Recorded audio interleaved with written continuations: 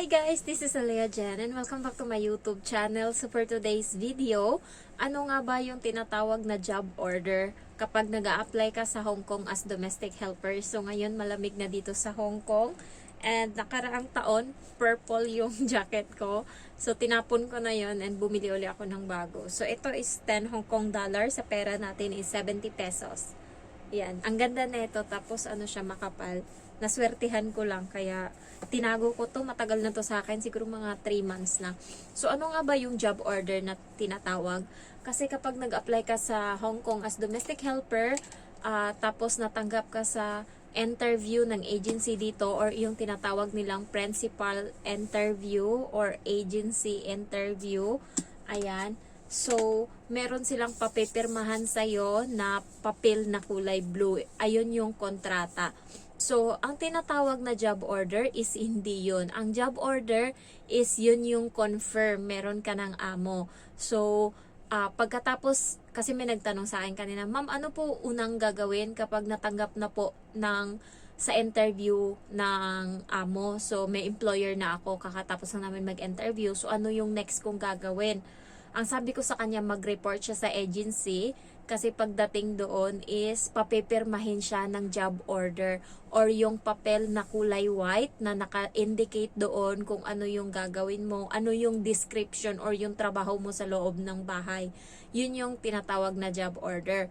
Bali nakalagay doon kung ilan yung kasama mo sa bahay, kung may aso, ganyan, kung magka-car wash ka, kung katabi kayo ng bata matulog, kung magkano yung sahod mo, tsaka kung gaano kalaki yung bahay. So doon ko nalaman na katabi ko yung bata matulog sa job order ko. Kaya nagulat ako. Yun kasi yung pinakaayoko, nakasimangot ako pagkatapos kasi bakit ko katabi yung bata? Wala akong privacy sa kwarto, hindi ako sanay. Tapos pagdating ko dito sa Hong Kong, yun agad yung unang bungad ko sa amo ko. Saan yung magiging kwarto ko, ma'am? Katabi ko ba yung bata matulog? Sabi ko gano'n. Nagulat yung amo ko, gumanon siya sa akin. Sabi niya, hindi, katabi namin yung bata matulog. So parang, okay, nakahinga ako kasi sa job order ko nakalagay doon, tabi kami, shared room kami ng bata. Kaya yun yung parang napanghinaan ako ng loob. Kaya minsan, yung job order is iba din sa kung ano yung talagang magiging ano mo dito sa bahay.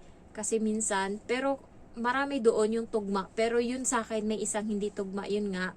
So, yung job order guys, ibig sabihin nun, magdiwang ka na pag meron ka ng job order. Kasi ibig sabihin nun, yun na yung amo mo. Yun na yung trabaho mo sa bahay ng amo mo. So, nakalagay doon kung ano yung aalagaan mo, kung matanda ba, bata, ganyan sila. So, nandun nakalagay. Kaya, kung nakaperma na kayo ng kontrata, yung kulay blue, hindi pa kayo masyadong magdiwang doon kasi hindi pa yun sure kung may amo kayo. Pero pag nagpirma kayo ng job order, yun na, may amo na kayo. And pag napirmahan yun na yun, start na ng process. Tapos yung kontrata na pinirmahan mo nung nag-interview kayo ng agency sa Hong Kong, bali, yun ngayon yung pinipirmahan ng amo mo dito sa Hong Kong, tas ipaprocess na. Tapos, ibibigay yun nila sa immigration dito, tas lalagyan ng stamp, ibig sabihin okay na, approve na. Tsaka naman yun ngayon dadalhin sa Pinas, yung visa tsaka yung kontrata na yun na valid na or ano na siya, complete na, ipakita mo na lang sa immigration, approve ka na. So, ibig sabihin, tapos na yung process nun.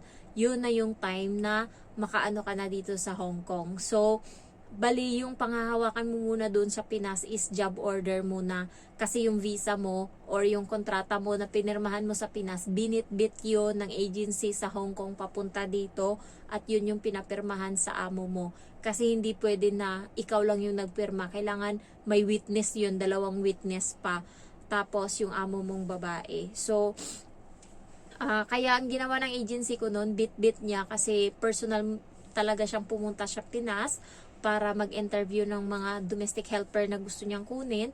Tapos, nung natanggap na kami, nung napili niya na kami, pinapirmahan niya na sa amin yung kontrata na blanco pa, wala pang mga sulat, wala pang pangalan ng employer, ganun. Ako pa lang yung nakapirma. So, pinapirmahan niya yun sa akin. And lahat yun, kinolek niya, dinala niya dito sa Hong Kong.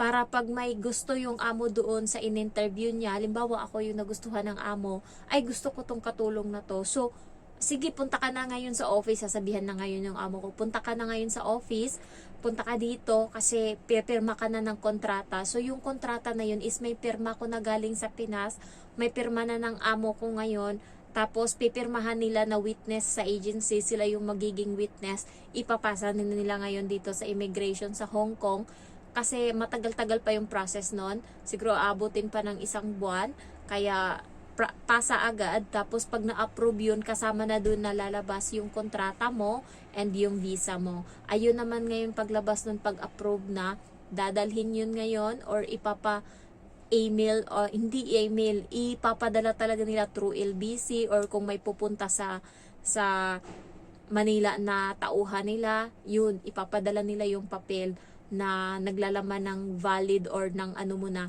ng kontrata mo na okay na, approve na. Tas start na, bili na agad ng ticket. Kaya yung agency sa Hong Kong, kasi nagmamadali sila nung time na yun. Sabi ko sa inyo, 2 months lang yung process ko. Nakapunta na agad ako dito sa Hong Kong. So, pa lang nag-start ako March katapusan. Tapos May 15, nag-message sa akin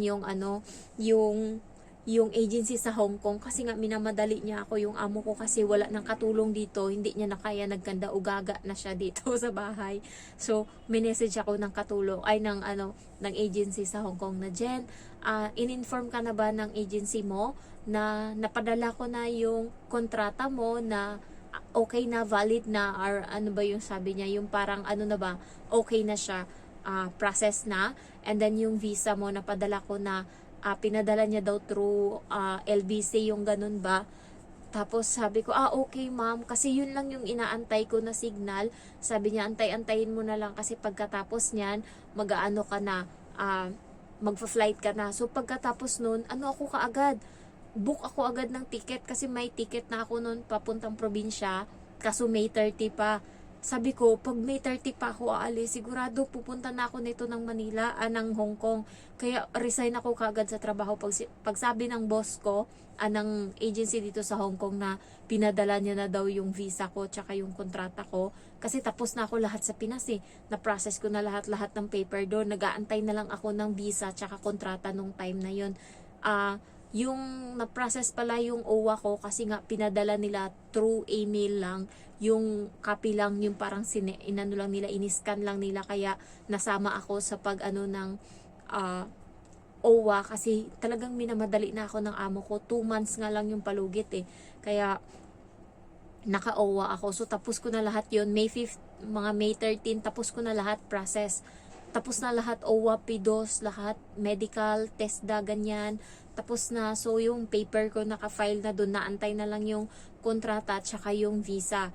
So, nung pag-message sa akin ng amo, nung agency dito na tapos na, pinadala niya na, resign ako kaagad sa trabaho, umuwi agad ako. Sinabi niya yun sa akin May 15, May 16, uwi agad ako ng probinsya. Kasi iniisip ko, pag tumagal pa ako, hindi ko na makikita yung pamilya ko bago ako umalis papuntang Hong Kong. Kaya umuwi talaga ako agad. Tapos nag-book ako ng ticket pabalik June 1, hindi ko na nasakyan yun, kasi nag-message sa akin May 26 na yung amo ko is nag-book na ng ticket, and then yung flight ko is June 2. So kung June 1 pa ako aalis or pupunta ng Manila, hindi ko na maano, kasi may final pa na pregnancy test, may ganun pa. So baka hindi ko na daw maabutan, may kailangan pang i-process, kaya nag-flight ako May 31. So at least meron akong 15 days doon sa probinsya. So nasulit ko yon, nakasama ko sila muna bago ako umalis papunta ng Hong Kong. Guys, ang hirap pala pag alam nyo, pag papunta ka pa lang ng Hong Kong, masaya ka pa, excited ka pa, kasi excited ka pang magtrabaho Pero pag nandito ka na, nagtrabaho ka na, tapos magbakasyon ka sa Pinas, tapos aalis ka pabalik ng Hong Kong, gusto mo na lang maglupasay sa airport, ayoko nang umalis. Yan din yung naramdaman ng kapatid ko, kasi umalis na siya nandito na siya, baka kanina nga nag-flight na yun pa Kuwait kasi kanina nasa Manila na airport na siya. So kahapon sabi niya, "Day, alis na ako." Tas naiyak na siya. Sabi niya kasi si mamang daw tumawag sa kanya na yun, umiiyak daw, hagulgul daw yung mama ko. Syempre tatlong buwan nilang nakasama yung kapatid ko doon sa bahay.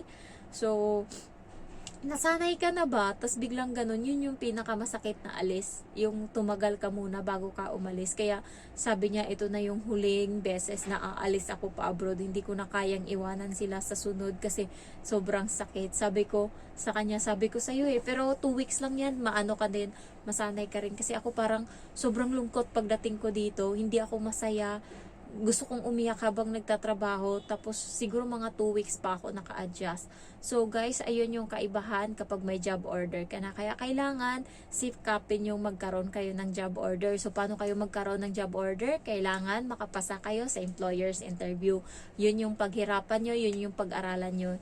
Hindi pwedeng easy-easy lang guys, kasi maraming mga OFW sa Middle East na gustong mag-Hong Kong pero hindi nakapasok. Kaya kayo try your best talaga kasi marami nakikipagkompetensya. Halos 300,000 Filipino domestic worker ang nandito sa Hong Kong. So lahat yan may mga kasabay sa Pinas. Kaya talagang pag para sa'yo, pero samahan mo ng konting effort pa, konting push pa. So ayun lang guys, thank you for watching and I love you all. Bye bye.